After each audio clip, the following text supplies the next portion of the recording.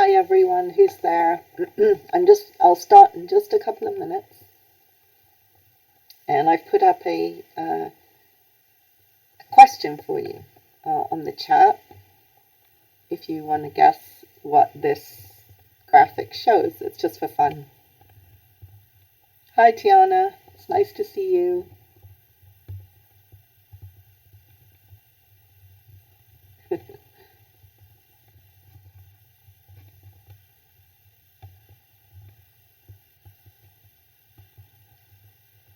I'll get started in just a minute, as soon as I see a few people come in.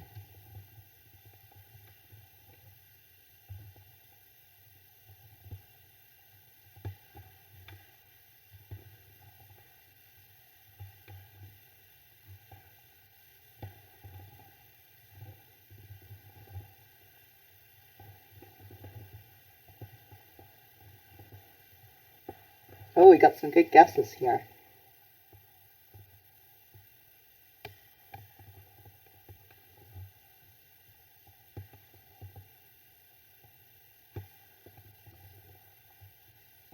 Okay, Victoria, now why did you say shipping patterns? Oh, Ellie, that would be a great one. Online shopping orders would be awesome. I have to try to get that, especially at the moment. That would be really interesting.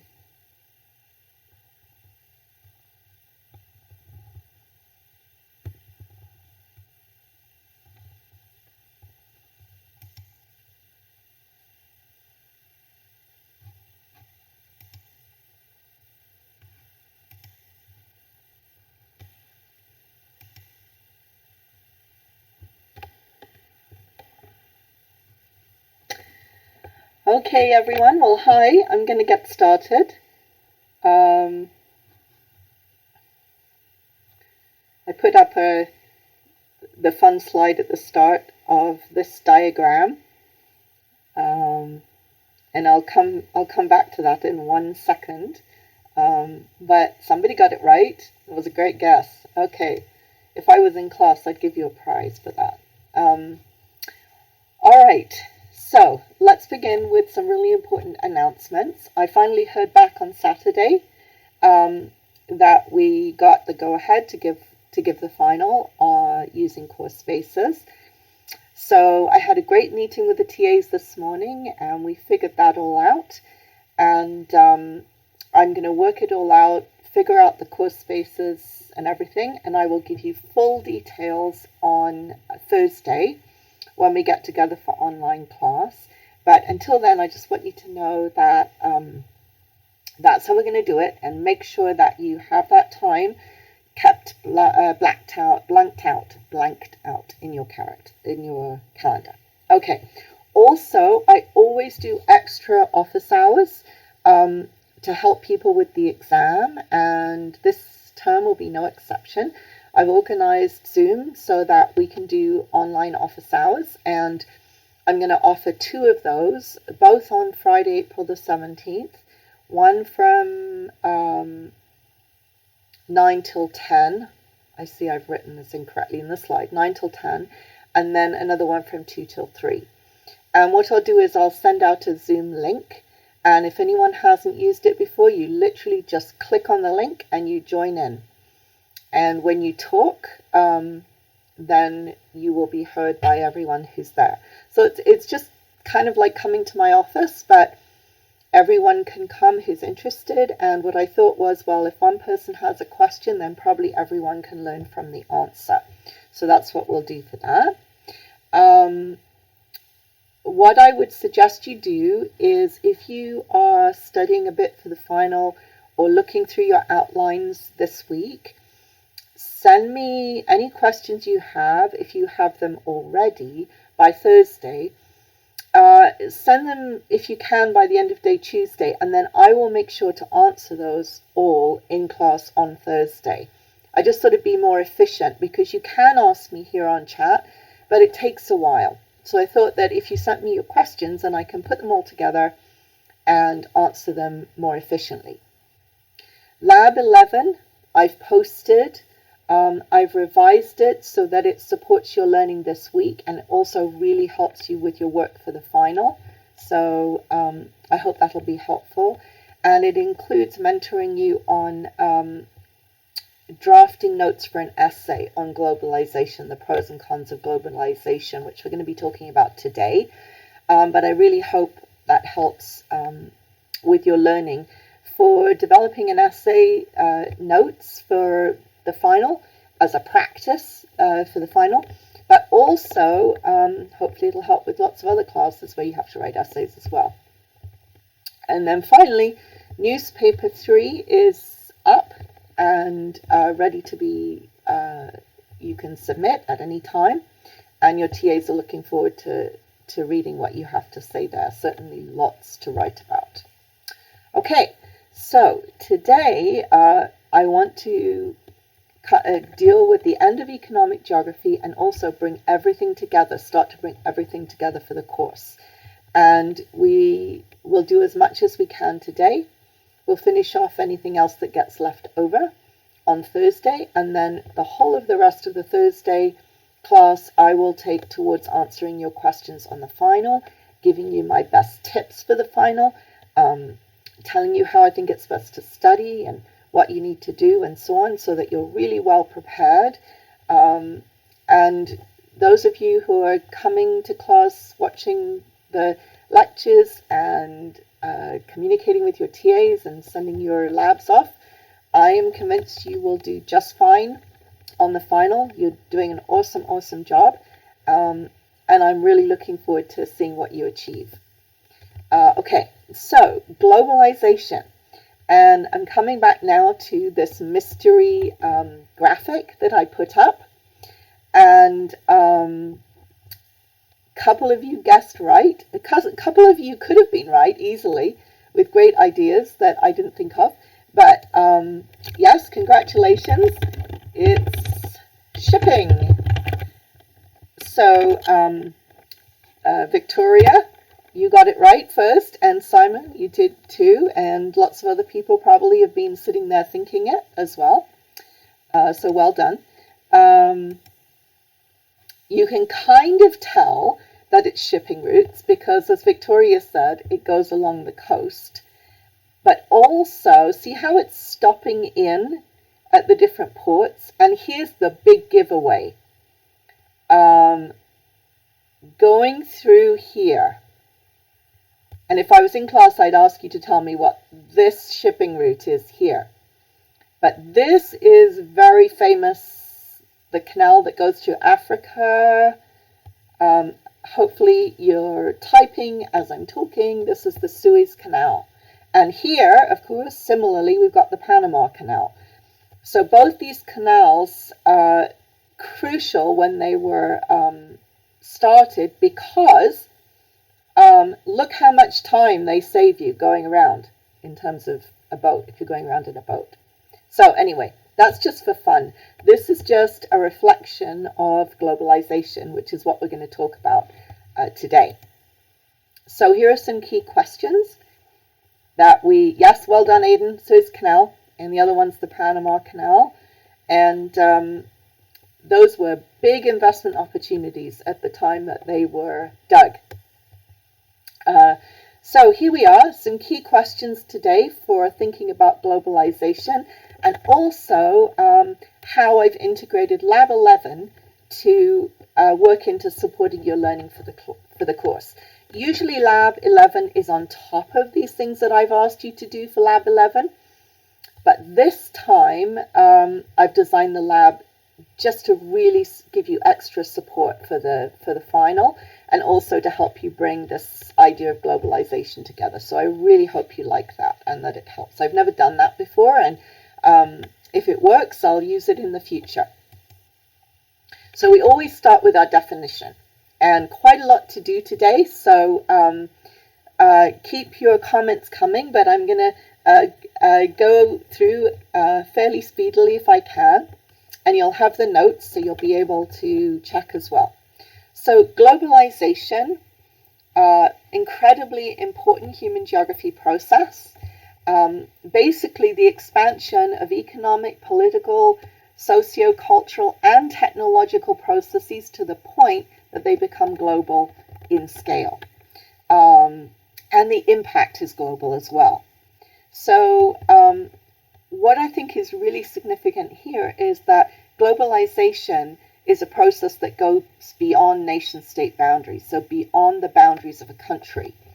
And the outcomes for people and places can be unpredictable, and yet they can also be very predictable for geographers who've been studying their human geography. So lots and lots of things to talk about when it comes to globalization on a variety of scales. Now, just to start tying everything together and taking us back a little bit, you will recall that from the 1600s, late 1600s onwards, colonialism had created a global system of trade where we started to get a core and a periphery, and countries started to be tied together in terms of their dependency on each other. And you'll remember that that was a reciprocal arrangement, but not a balanced relationship. That is, the countries in the core tended to benefit more from it. And you'll also remember that even once colonies got their independence, the social and economic and political structures that had been created during colonialism continued a lot and continue to this day in what we call a neo-colonial world of trading relationships. And you'll remember that it was Wallerstein's world systems theory that talked about this. So I wanted in your notes to help you. I took a lot of notes for you from the textbook to try to save you time, and also added some examples of my own. I wanted to go through the three main sectors of the economy. You'll remember that's the primary, secondary, and tertiary sectors of the economy, and just show you how globalization had impacted each of those sectors. We've talked a little bit about this already, but I wanted to bring it together for you. So first of all, I wanted to give you some examples and some nuances of how globalization has impacted what was primary industry, that is agriculture, and how it's made it into more of a global relationship. So we've talked a bit about this, as I said already, but when colonial rule ended, you'll remember the example I gave of Jamaica and sugar production, and also banana production. So when colonial rule ended, it didn't mean the end of agricultural practices that had been imposed on the former colonial areas. So we talked about Jamaica and the ongoing impact of the British in Jamaica. So commercial agriculture began in sort of the 18th and 19th centuries, when Europe was essentially the market for agricultural products from around the world, where the colonizers were using their colonies to essentially provide them with all the variety and diversity of agricultural products that they wanted, that they couldn't grow easily necessarily in their own climates at home, but also things that they just felt were luxury goods, that they that diversified their diets and so on, that they wanted to have from their colonial countries. So as a result, farming became less about subsistence in a lot of places and more about commercial economic activity. One of the results of this was what we call monoculture or monocropping, and sugar and bananas are a great example of this. You might start to think about some other great examples of monoculture, and the kinds of products that might result from this. Let me type this while you're doing this. Oh gosh, I can't type very well. Still. Other examples of around the world. See if you can think of some while we're discussing this together. So here on the slide, you can see the boxes of bananas, which is a very good example of monoculture, monocropping. And these types of crops, yes, well done, corn, canola, great example. These types of crops were a major legacy still ongoing today from colonialism. And we'll get back to that in a second. One of the initially certainly positive impacts of globalization when it came to agriculture was something called the Green Revolution. Now, the Green Revolution is not a revolution in the political sense, so be careful about that. I've had people say that in exams, and it means they probably went to lecture that day, which I get. But the Green Revolution was, in a sense, a revolution in agriculture. And it actually began, people tend to think of it as starting more in the 60s, but it actually began before that in the 1930s. And in class, I would ask you, why do you think this happened in the 1930s? And the reason I would suggest is that because in the 1930s, we had the dreadful famines and depression, for example, the Dust Bowl in the US, and people really, really starving in that period.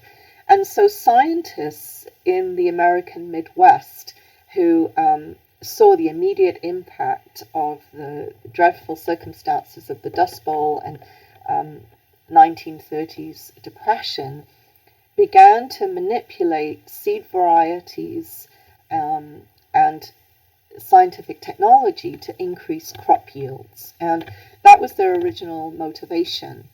And they worked very hard on this. And so the actual impacts most immediately of the Green Revolution, and not necessarily well known, were actually in US agriculture, in US agricultural production. But then in the 1960s, as globalization began to emerge, people became a lot more informed about what was going on in the rest of the world. And we began to see pictures on television of famines in Africa and starvation in India and famines as a result of flooding and so on. And people generally started to become, I think, much more aware of suffering that was occurring in other parts of the world. And so in the 1960s, the focus of this Green Revolution actually shifted from corn in the US and increasing crop yields there to rice production in India. And the first one that really sort of hit media consciousness, I would say, was a miracle called Miracle Rice. And it was called a miracle because it literally dramatically increased rice yields. And it was called IR8. And that was just the scientific, when you do a scientific experiment, you have batch numbers for all your experiments, and they have number codes and so on. And it just so happened that IR8 was the number of the experiment that worked the best. So that's where that came from. But Miracle Rice initially in the 60s really, really did reduce starvation. And it was, I believe, very well intentioned on the part of the scientists who tried to develop it. They were touched, I think, by the famines and so on they had seen, and the population growth that was occurring, and they were sort of thinking in, remember, Malthusian kinds of ways that people were thinking about. And you remember Esther Boserat talking about, well, we can invent our way out of this trouble. And so you can see this playing out. It's really fascinating in the Green Revolution. By 1982, they continued to work on this, and they got to something called IR36, which was bred from two particular parents. You can see them in the slide here at the bottom. and the what they were looking for was a short growing cycle. So that means from the time you plant till the time you harvest, you want that time to be as short as possible. And if you do it really well, it means you can actually move from 2 crops a year to 3 crops a year. That was huge. And one of the slight issues with IR8 had been it wasn't very resistant to pests and so on. So the other goal they had, other than yield increase, was to try to increase resistance to pests, and make it, because you obviously, you can increase your yield, but if it's all eaten by something, that doesn't help very much. So those were the 2 goals, and by breeding these two plants together, they produced IR36, and there they had a very short growing cycle of 110 days under warm conditions, and you could now get 3 crops in a year. So genuinely, this scientific innovation did help a lot of people, certainly at the beginning. Now, of course, it's human geography, so we have to think about the complexities of this and the concerns with this, and think critically about it a little bit and see what was going on. And I can see that Aidan's asked a question about chemical fertilizers and so on, and it's a great question, because yes, in order for the IR rices to work properly, they required large amounts of chemical fertilizer and pesticide to make them work. So the Green Revolution did rely on what became called agribusiness. So a large number of chemical and agricultural corporations that grew to support this new technology. So fertilizers, of course, cow dung and so on. You could see that von Thunen would use his dung from the dairy cows to fertilize his market gardening, and all of that, of course, has gone on since people have been growing things. But the new intense focus on chemical fertilizer, so artificial fertilizer made from chemicals, often high levels of nitrate, that was new, and that agribusiness grew with this commercial farming. So here are some of the more downsides to the Green Revolution, and many of you may have heard of these already, but just so everyone's on the same page, you can see that where you have a monocrop, you're just planting one thing, then it makes you very, very vulnerable if something changes. Supposing the market changes, people stop wanting to eat the particular thing that you grow. It becomes unfashionable, for example. Or perhaps there's a particular pest that comes in a particular year. And again, if that's the only crop you're relying on, that's very tricky. So here's a picture down here of vineyards in California that went through a terrible particular bug that destroyed the California wine crop a few years ago. So a very real threat. And again, they found in Israel that there's a particular virus that is now attacking bananas, and they expect that to go through various banana crops globally pretty shortly. And it's a slow thing, but I think we'll find that will have an impact on banana production worldwide before too long. So it makes you vulnerable. What traditionally people do, of course, is intercropping. So if you have a small holding, then you grow a whole variety of things. And if something nasty bug takes out your cabbages this year, you've still got zucchinis to eat, or whatever it might be. But if you're only growing one thing, you're very vulnerable to any changes that occur there. Now, back to Aidan's point here, you need much higher inputs of chemical fertilizers, pesticides, herbicides, and so on, in order to really produce these seeds at the height of their performance. And that can be problematic because in order to buy these things, I mean, if you're using animal manure from yourself, from your own yourself, your farm, etc., you're not paying for it. It's a natural part of the cycle. But if you have to go out and buy chemicals, of course, that's going to be problematic in terms of needing capital.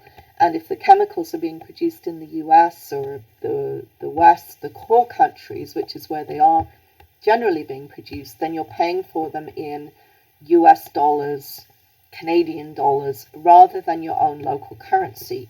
And that obviously also makes you vulnerable. In addition, of course, these things are going into the groundwater and can often pollute groundwater locally. And we've seen algae blooms and so on as a result of that kill fish and so on. So some important implications here of something that was probably very well intended initially. The other thing is too, and I'm going to suggest you blow up this graph here for yourself and look at it, study it a little bit. But what this graph shows you, I'm just looking at my own notes here, is the yields. The yellow line at the top are the yields from IR8 in 1968. So this was a very famous Scientific American study that was published in 2005.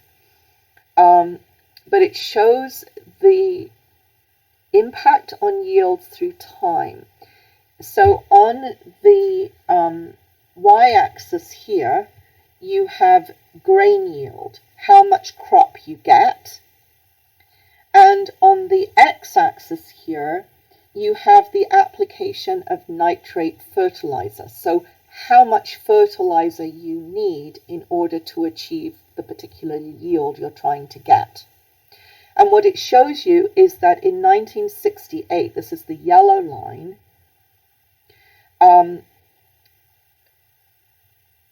how much fertilizer you needed and how much of an increased yield you got. And you can see that 30 years later, for the same amount of fertilizer here, you have about half the yield that you had 30 years earlier. So what that tells you is that you need more and more fertilizer. And even with more and more fertilizer, you get lower yields. So you can think about, you might be depleting the soil, for example, and so on. So all of this to say that while the Green Revolution did help enormously, I mean, we can't deny that it's certainly helped people in terms of food and stopping immediate starvation, it's also had some considerable negative effects that we need to think about. And yields have actually gone down again. So something else that's particularly connected to monocropping is plantation agriculture, where you have, again, it's very much a legacy of colonialism and also slavery, where you have a large estate that is owned usually by an absent landlord. They often will live in a completely different country, usually in the core, and they are asking their workers to produce a cash crop like cotton or rubber, which is then exported from the country. And so they're taking land to grow these cash crops, which often, things like rubber, for example, you can't actually eat, of course. So it can cause, ironically, hunger in places that are actually resource rich in terms of the fertility of the soil, or at least the original fertility of the soil. So this is often true where you have tropical, poorer countries that are still in the periphery of the world system. And what people will try to do is to have very small subsistence farms on the side, but most of the land is owned by somebody else who lives outside the country, and most of the land is then being used for monocropping of a cash crop. And here's an example.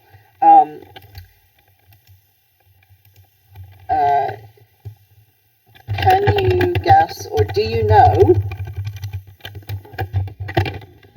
what this red crop is in this picture?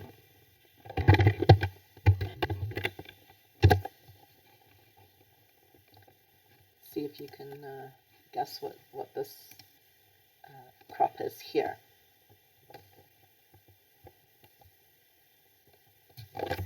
So a particular example of a oh, close, Tiana, very close. It could be. It does look a bit like it, yeah, but this one isn't actually. So luxury crops are a particular kind of monocrop often. They're often things that you can't eat, or at least not very much of. I know they look like cranberries. They do look like cranberries. They're not, though. They're one of the ones in the list here. Yeah, it's coffee. That's right. Well done, Paige. It's coffee, actually. It's coffee before it's roasted. And I find that not many of us who drink coffee, like I do, actually know what it looks like in its raw form. So anyway, I thought you might find that fun. Yes. So again, cash crops like coffee, tobacco, and so on, are often produced on plantations, picked by people at very low wages. And these cash crops can change quite quickly, in a way, depending on people's tastes. So this huge expansion of tea drinking, for example, that occurred when the British discovered tea in China and India and could grow it there, and created this huge luxury market for it. And of course, another kind of cash crop, which is very significant in the world economy, but not part of the legal formal economy, is illegal drugs. And because we have a demand for drugs in core countries in the West, farmers in the periphery often find that it's more profitable to grow drugs than it is to grow even cash crops like coffee or chocolate or tea. So I always think that that's something important to think about in terms of drug use, is the impact that demand has in poorer countries in terms of land use and their ability to produce sustainable food for themselves. And it's if we were in class, we could have a nuanced discussion about this, but we make judgments about people growing illegal drugs for profit. But if you put yourself in the position of a small holding family, where you are relying on external funds now to feed your family, you have to ask, what would we do in that situation? It's really hard work. If any of you have ever tried picking coffee or tea or corn by hand in the raging sun, for 12 hours a day, it's very, very hard work. I don't suppose many of us have ever done it. So it's worth thinking about. It's just worth thinking about in terms of understanding the decisions that people have to make. And Jessica's asking, are these crops part of the informal economy? Yes, they are. So they're informal, which means they're not taxed, of course, by governments. They're not technically known about in that way. But they are certainly part of the economy that occurs. So yes, good question. Genetically modified organisms are a big topic, a huge topic. This just means crops that have traits inserted into them through advanced genetic engineering. It's not the same as breeding differently. So, for example, we talked about breeding of putting traits together by breeding different types of rice together, or you might breed different types of cows together to get high fat, high yield milk, for example. So you're looking for different characteristics, and Mendelian genetics has done that, since he was a monk in the Middle Ages. So that's one type of genetic modification, but that's done through breeding programs, and that is something that's been done for a very long time. Genetically modified organisms, you actually go into the genetic sequencing of the plant itself and change it in that way. And people generally find that a different kind of concept. When I last checked this, GMOs were in 60% of all Canadian processed foods. It may be a little higher now. And of course, it's hard for the peripheral countries to have access to the kinds of high-tech industry, high-tech scientists that we would in the core. So it tends to create greater discrepancies. And I think there are more and more questions that people have about genetically modified animals and plants. We don't quite know. We like to know what goes into our food, or we like to think we do, and I think people have increasing concerns about this. So that's something to think about. And we're starting to see food banks. There's a big one in Victoria, but we're starting to see seed banks in terms of people sharing original seeds and trying to keep the old varieties going for genetic diversity in the population of plants and animals. So just some things to think about there. Now, so that's agriculture. That's a quick whip through how globalization has impacted subsistence agriculture and turned it into agribusiness and production and so on.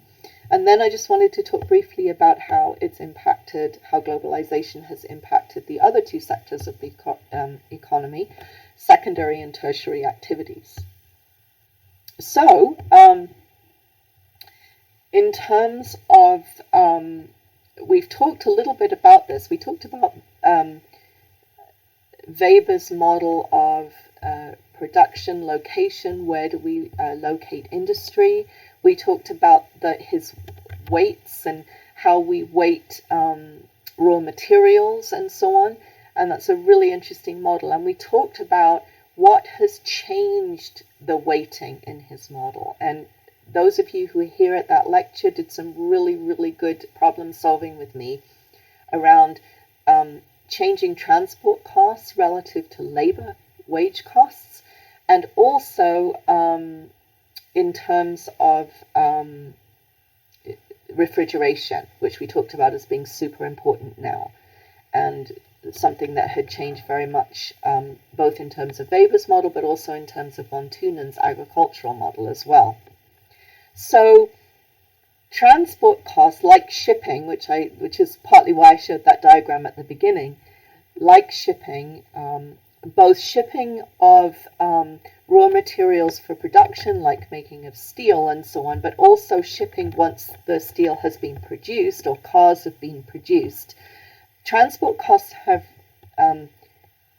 become relatively less important compared to labor costs. There's less diversity in transportation costs because once you get something on a ship or a rail car, usually it's relatively, the additional cost per mile once it's on there or kilometer is pretty minimal. Whereas we have much greater fluctuation in labor wage rate costs. So, relatively, labor costs have become more important. And as we already talked about in Weber's industrial location model, that means that production has often moved from the core to the periphery countries. So production of things like steel, for example, or cars, has moved, initially moved to Japan and Taiwan, and now has moved to China. And we talked last time about predicting where the next frontier is, and likely that being in Africa. So location has changed and production has separated. So the high-tech invention aspects of production, the kind of high-end technology design of cars, for example, continues often to be in places like Silicon Valley. But the production of those cars is easy. You just send the technology specifications, the designs, and so on. You just send them over the internet or whatever in a secure form, and they can then be produced wherever you like. And we talked about how, in terms of tertiary activities, that in particular the quinary sector, universities, research and development, government and so on, those corporate headquarters can now be separate from other activities and tend to remain in the core, in places that people want to live, like in Silicon Valley. So globalization has made these things possible, and multinational companies are a big part of that. So what has occurred in the last 50 years has been a considerable concentration of companies, and this to me it's just a fascinating area. If you work in this area in economics, it's absolutely fascinating. And there's a sociologist at UVic who works on what I would call the family trees of corporations. So companies that we think are separate are actually related if you make like a family tree of them, in terms of who sits on whose boards and who's making decisions and who owns major shares in them all. And very often the same individuals or families who are related in reality actually own shares in many of the same companies. And they also, if they sit on one board, you'll find that their cousin is sitting on a different board. It's fascinating area to study higher up in your degree program. And there are so many examples of this that we could talk about, but global media is one of them, where in fact there are only six now global corporations that tend to own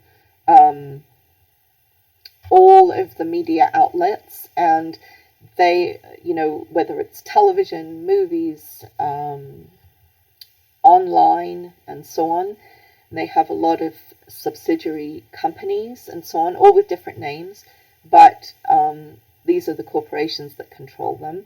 And this is talked about a little bit in your text. It's a good example.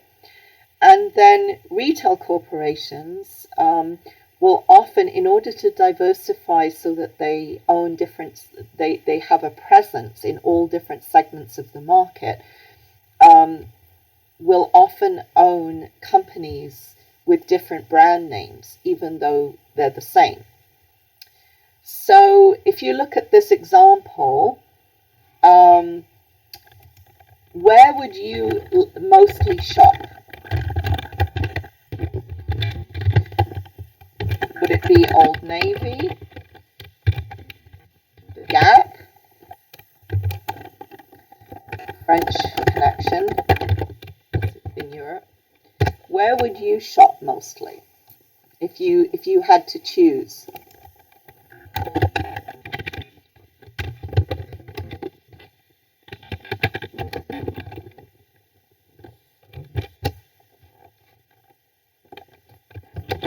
And why?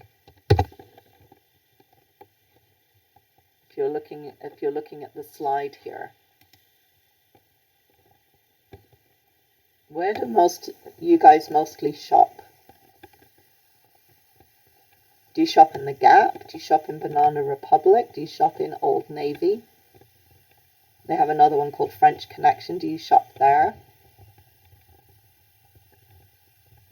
Okay, so Miranda shops in Old Navy. Now, why?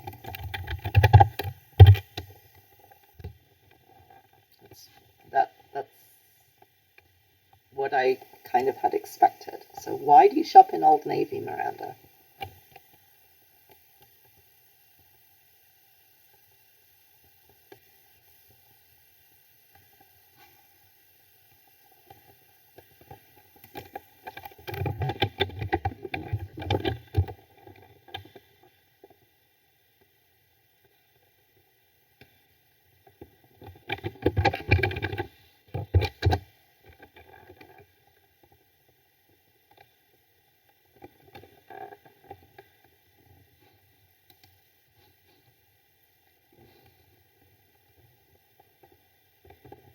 Yes, okay. So Dylan's talking about, I think it's Dylan. Is it Dylan? Gosh, I'm sorry, I can't remember your handles. You're different. But Miranda's talking about lots of new styles, cheap prices. So that is normally what students say in class. You might go to the Gap maybe for a special item, but normally I find now that students shop in Old Navy because it's much cheaper. If you look at something like Baby Gap, which is again a different company branding and so on, Baby Gap clothes are incredibly expensive. And babies grow really fast, so they grow out of them really fast. So you're only going to shop in Baby Gap if you are very much on the higher end of the market. So, if you go into the high street, you wouldn't necessarily be aware that the Gap owns, for example, Banana Republic or Old Navy. But they're all the same company. And they produce their stuff all in the same places, which is kind of interesting. So we'll get to that in a minute.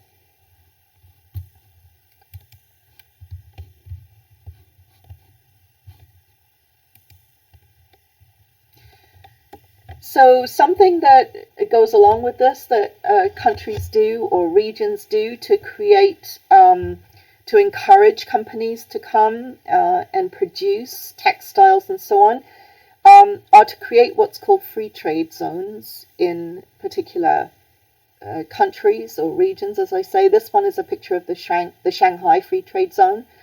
And what they do is they tend to set aside rules that might exist generally in the country. So they might set aside taxes that corporations would normally have to pay. They might relax their rules on minimum wage rates so that wage rates can actually be lower than the minimum wage for the country in general. They will allow corporations to take money in and out much more easily and so on. And the idea of this, of course, is that this generates a large amount of economic activity in the area, creates employment for people in the area, and is helpful to the nation's economy. Going along with this, though, you have just-in-time manufacturing, which we've talked about just a little bit, which is where you, because of technology now, you actually no longer need to store huge amounts of inventory. So if you're going to make a car, in the old days you had to have huge stocks of stockpiles of the raw materials for making the car, the pieces that you needed to put together, the engine parts and all of this, and there were huge stockpiles. And then when you got, an order, then you would have them ready to put together. Nowadays, because of our online management systems and so on, very little is actually made, created, or shipped at all until an order's placed. So now an order's placed, you can literally figure out through technology where the cheapest place to make the thing is now. You might have factories in different countries, and you look at your wage labor rates in different places. You look at if you've got any industrial action going on or anything like that, and you can literally ship what you need to make your car very, very quickly and to produce your order. And that gives you, as a producer, of course, huge flexibility. And I hope you're going to tell me what the problems are with this in a moment. Hopefully you've seen your video. So there is a very, very quick look through some of the impacts of globalization, this beyond country scale that we're looking at. This the biggest scale that we consider in terms of economic, social, and political change that goes on. And so often we're looking at things increasingly on a global scale rather than on a national scale. Or to be more accurate, you would tell me, having studied that, the nation-state scale. So what I thought would be handy would be to talk about the positives and negatives of globalization in a really practical way. And so I kind of set up your Lab 11 to work with the positives and negatives of globalization and help you to prepare for the final exam at the same time. So I set you this question: is globalization a positive or a negative process? And what are my answers to any of my essays? What are the three possible options?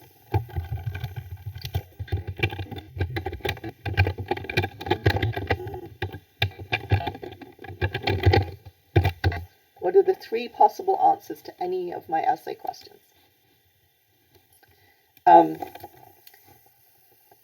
So while you're typing that, I'm going to start here in terms of thinking about the pros and cons and how you structure an essay to think about the pros and cons of something like a very, very complex process of globalization.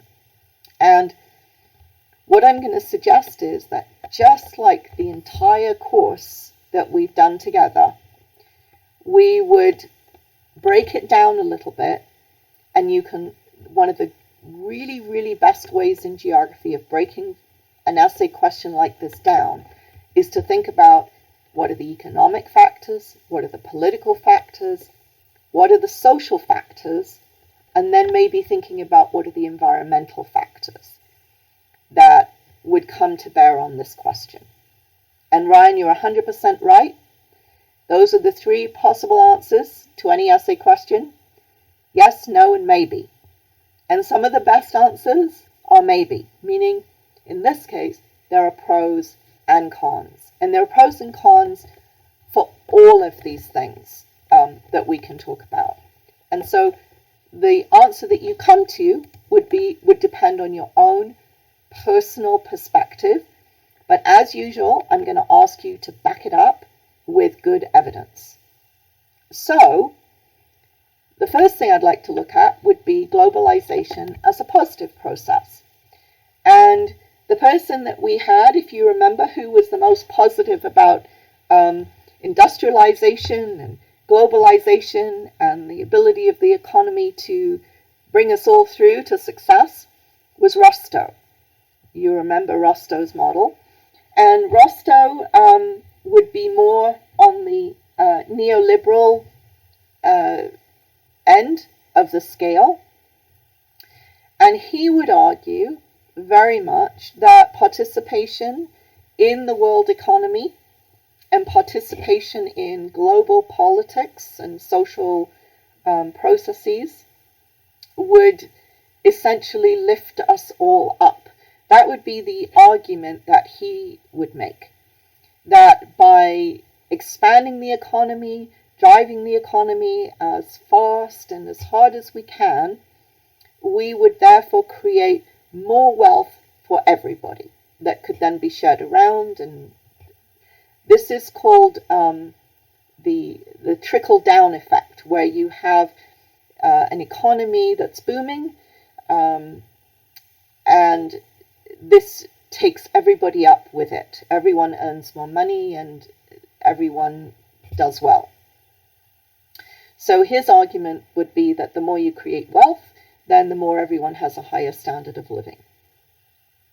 So going back to my little table here that I created to try to help you structure notes for an essay on this question, what I'm doing is giving you some ideas here that you could then go back to this table and start to fill it out. So in terms of positives, that first point, for example, would be an economic point that would go right here. So hopefully that helps. And you could just make little notes as we go along. In terms of a political positive, he would argue that the more economically independent we are and interdependent we are, the more interdependent we are, tied together, he would argue that this would reduce conflict and war, that the more we know each other, the more we feel part of a global family, the less we will engage in conflict and war with the other, with people we don't know. So he would see this as reducing conflict and war. And so that's a political point. He would say that socially knowledge becomes more democratic, that we all have access to the internet and therefore we have more access to knowledge through technology. He would say that mechanisms such as free trade areas, specialization of skills, the ability to use low-cost labor, and so on, reduces prices for everybody. And he would say that when you have high volume and low prices, then people will purchase a lot more. And that takes us back to his first point, which would be that we can therefore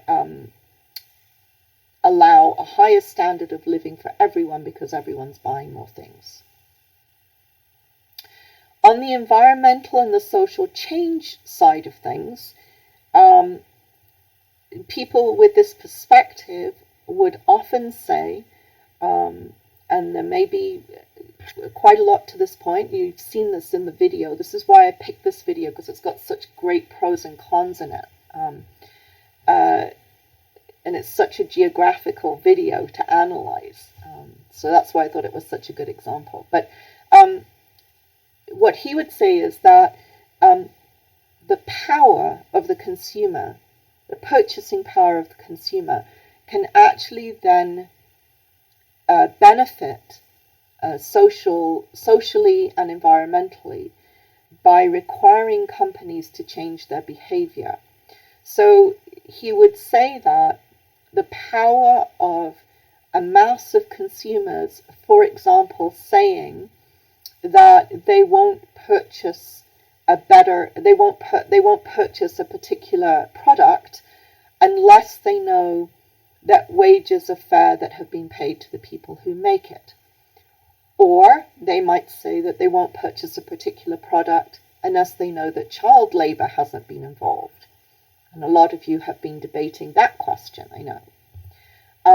Or they might say that they won't support companies unless, for example, they support the Kyoto Protocol, or that they adhere to particular environmental standards.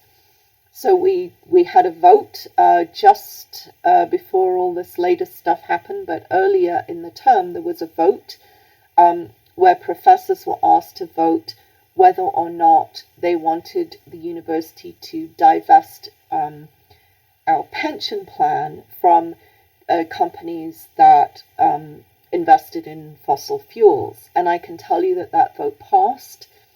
So the university pension plan directors, I guess, have been directed by faculty, by profs, to no longer invest in those kinds of companies. So that would be an example of how people who have a neoliberalist perspective would see that the environment or social justice might be achieved through essentially through the will of large volumes of people changing their purchasing power and moving their purchasing to companies, in a sense rewarding companies who they feel are doing the right kind of business, and taking their purchases away from companies who are not. So that would be their perspective. And I'm starting to see some really good questions here in the chat about that. Here's an example of the Kyoto Protocol, which was signed by many countries in the United Nations, not all of them. Interestingly, not the biggest polluters. But that's just something for you to think through. So people like Wallerstein, as we've already discussed, would see globalization as more of a negative process, I think it's fair to say. And so they would have somewhat different perspective from Rostow. And again, what I'm doing is characterizing the two extremes of the perspective so that you can see the range, and it gives you a chance to think through how you would answer, what you would say about this. What Wallerstein would say, and remember his model is the core periphery model. He talks about dependency, you remember. He's more of a slightly more of a pessimist in terms of our ability to for all countries to get to higher standards of living. And he would say from a social justice perspective that globalization processes actually increase inequalities, that the processes operate unevenly, and so they are inequitable in terms of their outcomes. And so what he has said, and we've studied this already, is that because of neocolonialism, the patterns of colonialism, that is the exploitation of the periphery countries by the core countries, remain. So that the wage rates, for example, remain low in the periphery countries. The profits and the spending will occur in the core, in the higher income countries. And he would say that that doesn't change very much. We have studied some countries where they seem to have been moving through the model a bit, and so have moved quite a bit from the periphery towards the core. We've seen evidence historically of that occurring. We can see some evidence of that in China at the moment. But we also saw some considerable examples in South America in the 80s and 90s where countries that were in the semi-periphery actually fell back because of incredibly high rates of inflation that were caused by lending from external banks. often to subsidize things like agriculture, farming, and production, like we just talked about in terms of the Green Revolution, or in terms of investments in companies.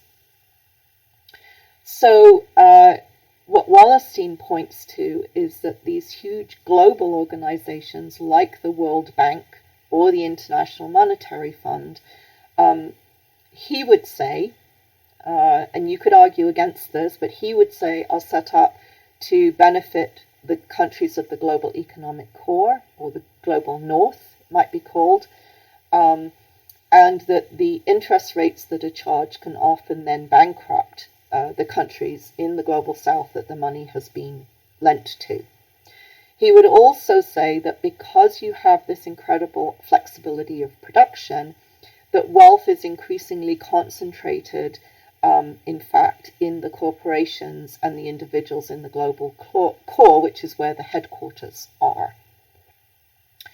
And he would say that free trade zones actually allow countries and companies to ignore worker rights and safety regulations and so on.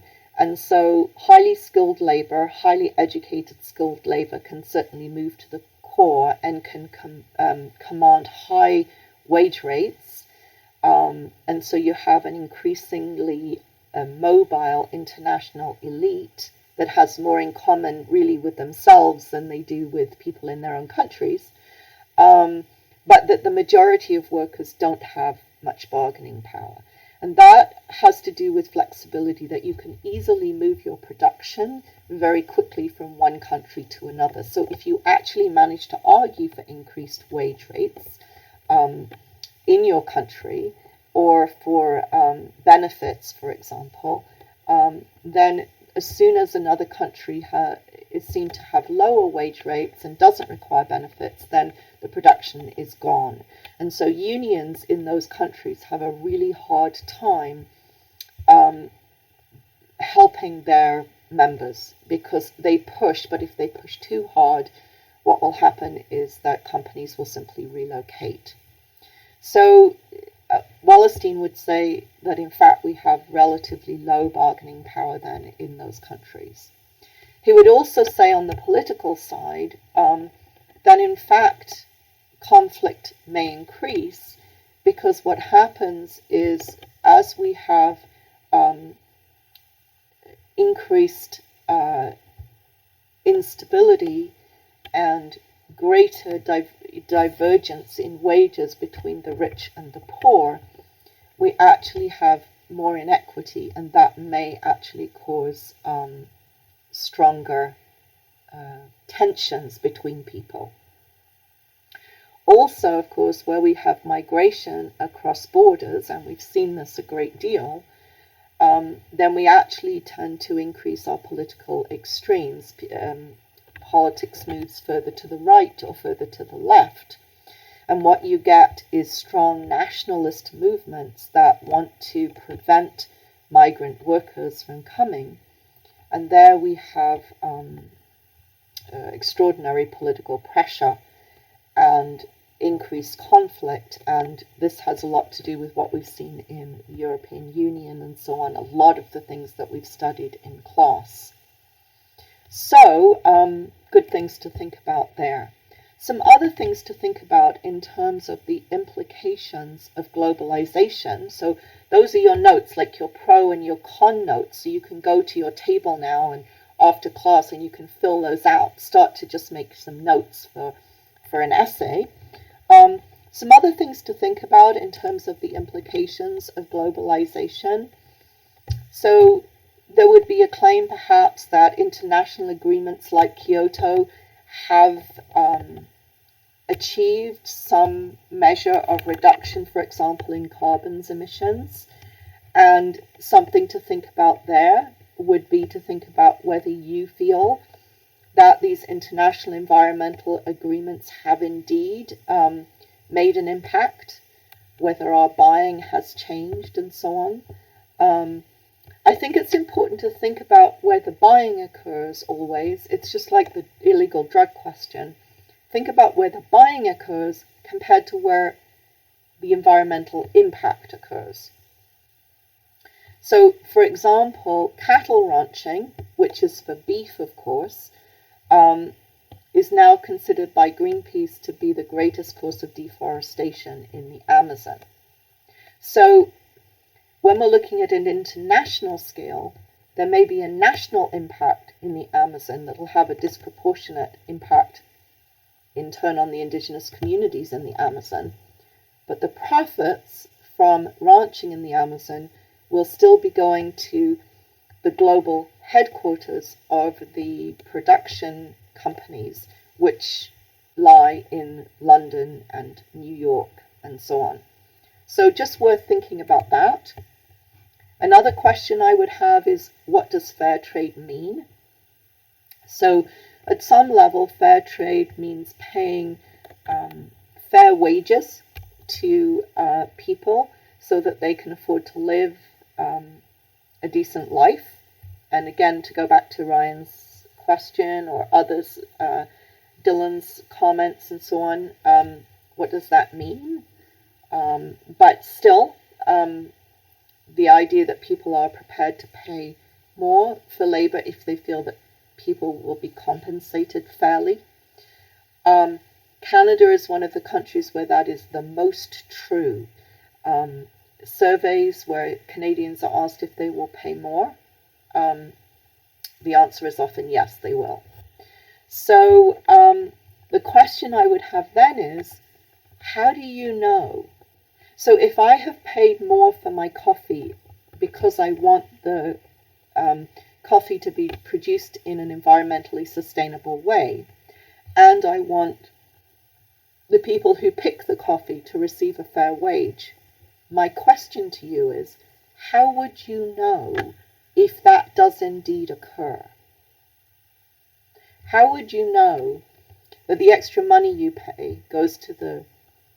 I'm not saying that you shouldn't do it, but I'm asking a very difficult question. It's a very difficult question for me anyway. How do I know that that money goes to the person who picked the coffee I'm drinking? How do I know that the company I'm paying to treat the environment properly is actually doing so? How can I check? And I think that's a very difficult question to know the answer to. We're very trusting, but do we really know? And then, of course, here's a question to think about in terms of what do we think in terms of how globalization impacts war and conflict. Are we more at war now? Do we have higher levels of conflict or less? Do we have more or less religious fundamentalism occurring? Do we have more and more or less and less unpleasant nationalism? Because remember, there's nothing wrong with nationalism in and of itself. It's only when it becomes negative in excluding other people. And this is a really interesting pictogram here of an index of global peace. So I'll leave you to study that, look at it a little bit and see what you think. But I think there are certainly arguments to be made in either direction. How does globalization impact global health? Well, we're in the middle of seeing this right now. Because of globalization and high levels of transportation, we know that particular diseases spread a lot quicker, a lot more easily, and to a lot more people. And we can see that here on the right in terms of the spread of the COVID-19 virus from its origins in China originally, but spreading out across the globe, and we can see that and monitor it. And that has to do, of course, with airline travel and many other things because we're all globally connected. So, not so good. On the positive side, it means that we can all work together to solve it or to problem solve it. So we've learned a huge amount. The Chinese have been extremely generous in sharing information, lessons that they have learned through their tragedies. And so we now have an ability to share information about the spread of the disease, how it can be perhaps contained. We've also got immediately funding being diverted to major research centers all over the globe, working as fast as they can, all together, all connected, working to try to create a vaccination for all of us as quickly as they possibly can, and working on different parts of this, sharing their knowledge through technology and so on. And then we all very much hope that there'll be a vaccine, and that will be disseminated as quickly as possible through our various systems. So again, pros and cons of this, and I'm sure that you can think of many more.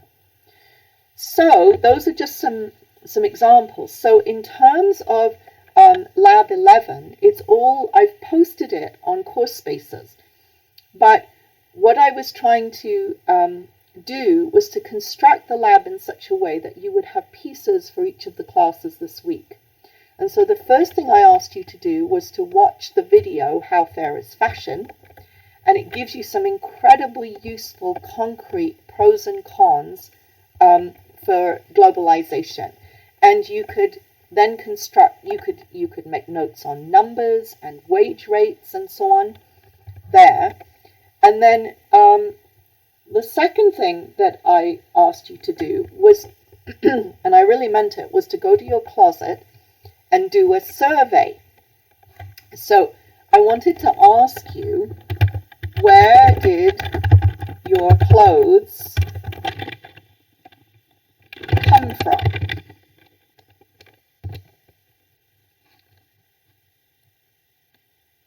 And Claire, yes, you're absolutely right. The map changes every single day, and I'm collecting those maps so that I'll be able to put them together for my classes in future so they can see that transition. And there are websites where it's animated so you can see the spread through time, and I'm sure geographers will be working on that a lot.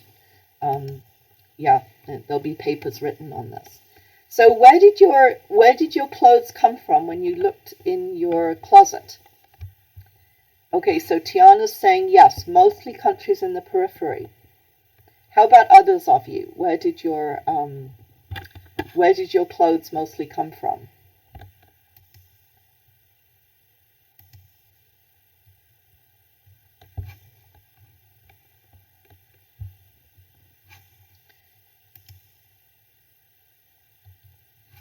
So what you want to be able to do, yes, sweaters from Honduras. Okay, well done. Yes. Pakistan, China. Well done. Yes. So Tiana has already gone to a really great level of analysis where she's talking about countries mostly in the periphery. So yes, what I'd like you to do is to take a couple of those things, say a sweater or a shirt. Yep, Vietnam is another typical one. Yes. And I want you to look at what the minimum wage rates are in those countries compared to minimum wage rates here. India, China, Sri Lanka. Yes, well done. And think about how much you paid for that item.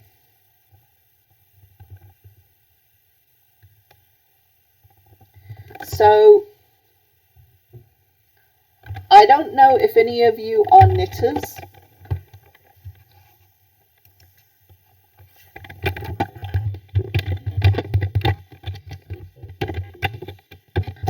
I don't know if any of you are knitters.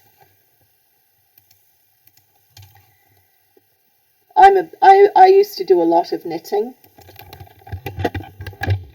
How long would it take you to make a sweater?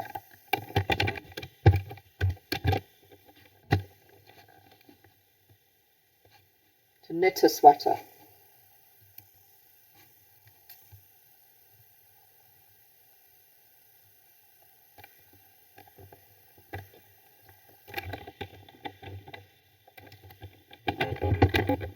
on what is the rate, the minimum wage rate in Canada. So I don't know how long it would take you to make, yes, Megan's saying weeks or months. Yes, if you talk to knitters in Indigenous communities who do this, who are incredible, like their needles just, you can't barely see them, they move so fast. You're talking about a week. So, I don't know about you, but yeah, if you did this all day, every day, and then multiply that by the minimum wage rate in Canada, that's the only thing you're earning money doing, how much would that sweater cost in Canada? That's my question that I'm trying to get you to think about a little bit. So if you take your handy dandy calculator, like that, and you multiply the number of hours you think it would take you to knit a sweater by the minimum wage rate in Canada, how much would that sweater cost?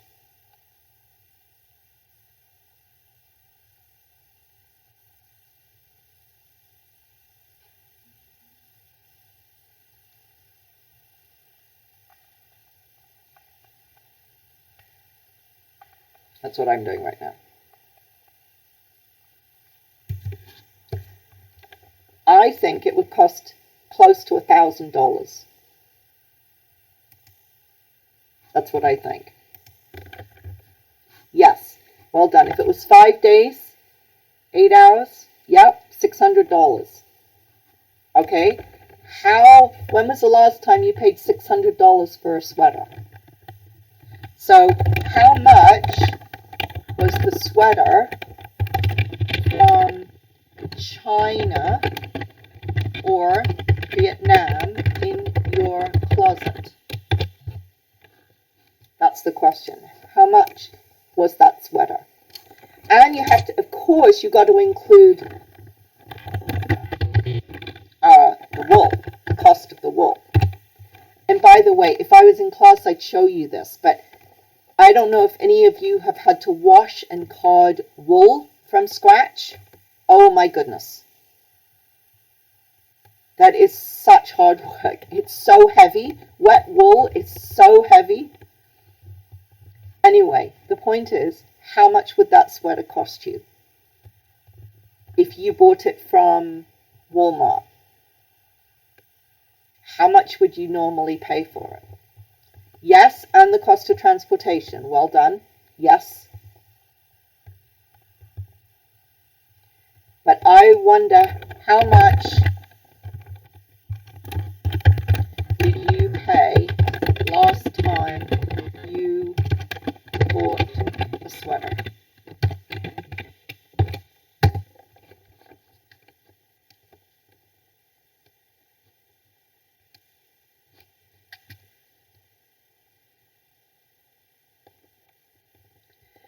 And I know you're going to say to me, well, the cost of living in that country is lower. And that's why I asked you to look up also the life cost in that country.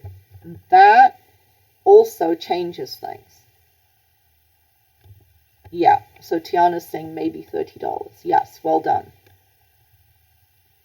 So, then, what's the wage rate in China? Or wherever the sweater came from.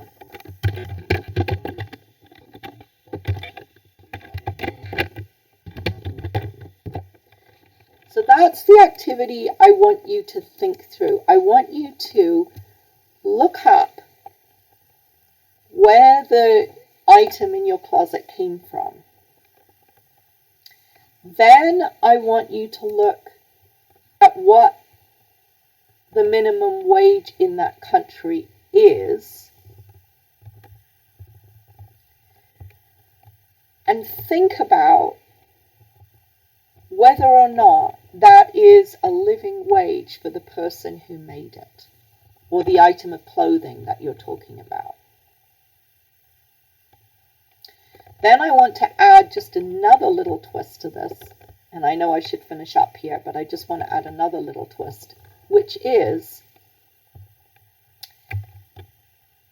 whether or not you're buying a shirt from the Gap, or Levi's, or Banana Republic, or Walmart. Very often it's made in the exact same factory by the exact same people with the exact same labor wage rate. So what is the difference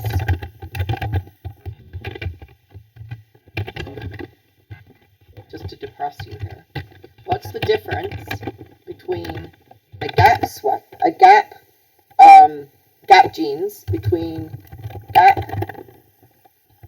jeans and Walmart jeans if they are made in the same factory with the same wage rate?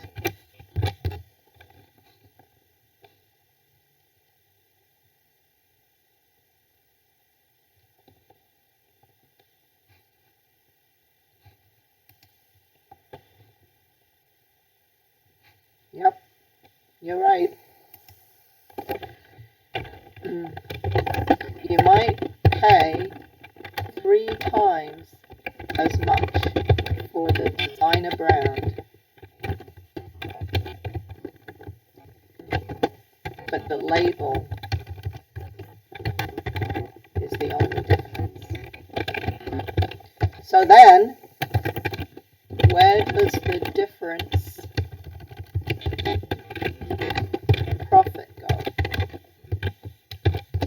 So then where does the difference in profit go?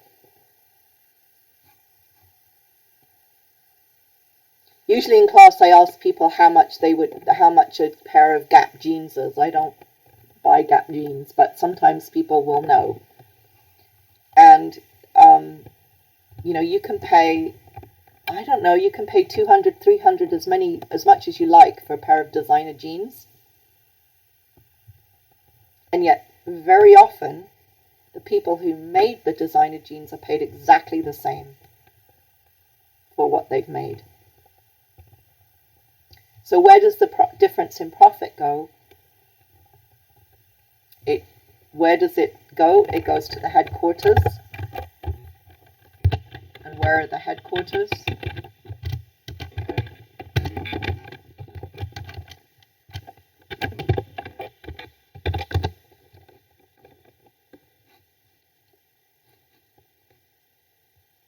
So where are the headquarters located?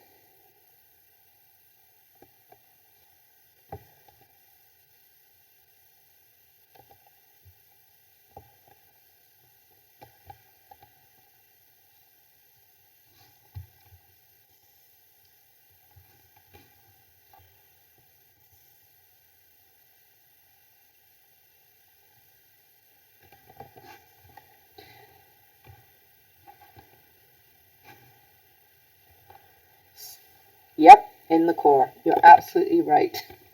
So it's just worth thinking about. You know, we think about these things very, very hard in human geography. And I hope you could see from the video on fashion and so on that you can see all of these processes we've talked about, all of these issues talked about. You can see them all, I think, in this small video about globalization. So I just want to finish by taking you back to Lab 11 and how I'm trying to prepare you for the final. You now have a ton of research and raw material now to write notes for a draft essay on, is globalization a positive or a negative process? And what I did in Lab 11 was to lay it out for you. And I know you're going to laugh at me, but I promise this essay almost writes itself if you follow these steps. So the steps in Lab 11 say, look at the economic, political, social, and environmental positives and negatives of globalization. And we've just done that. Then think about some of the nuances around this as you think about your answer. Then look at the How Fair is Fashion video to give some data and numbers and things. They give you the wage rates in Bangladesh. They talk about some of the challenges of what happens when they come and investigate on a particular day, whether or not they've got children working in the factory that day and what happens. You can see that in the video. They talk about alternatives, about cooperatives and how people work differently. So you can see all of that in that case study of How Fair is Fashion. And then you can provide your own data about your own closet. What's in your own closet in terms of your clothing? Where did it come from? Who made it? How much did they get paid? Did they get benefits? Was that minimum wage that they got enough to sustain their life? How many hours did they work? They talk about her working 100 hours a week or more. So think about all of those things and think about that, and you can generate a case study example from that video. And that gives you an amazing basis to draft notes for an essay, which will really help prepare you well for the final. So that's what I was trying to do. So I really hope that's helpful.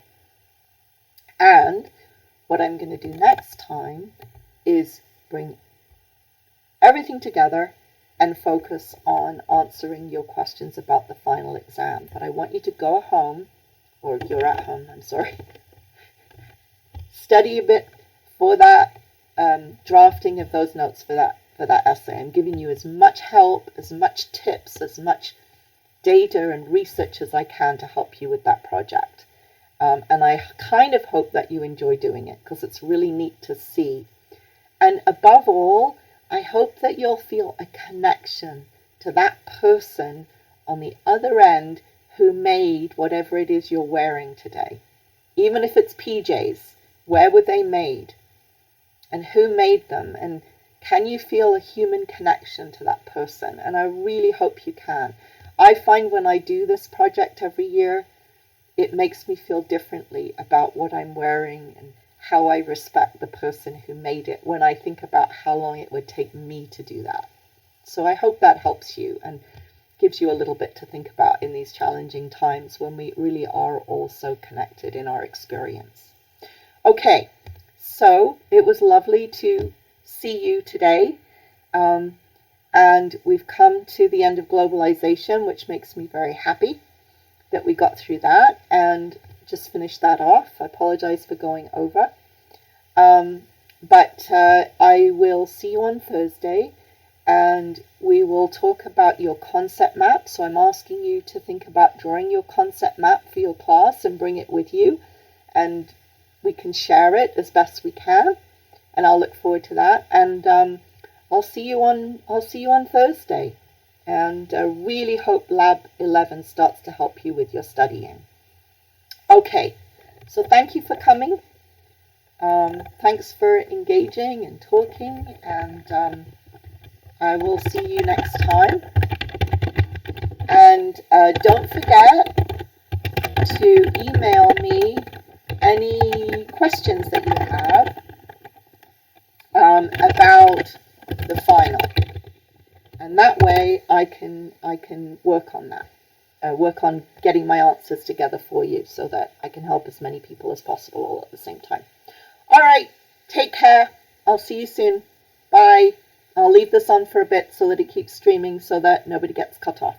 All right, take care. Bye-bye.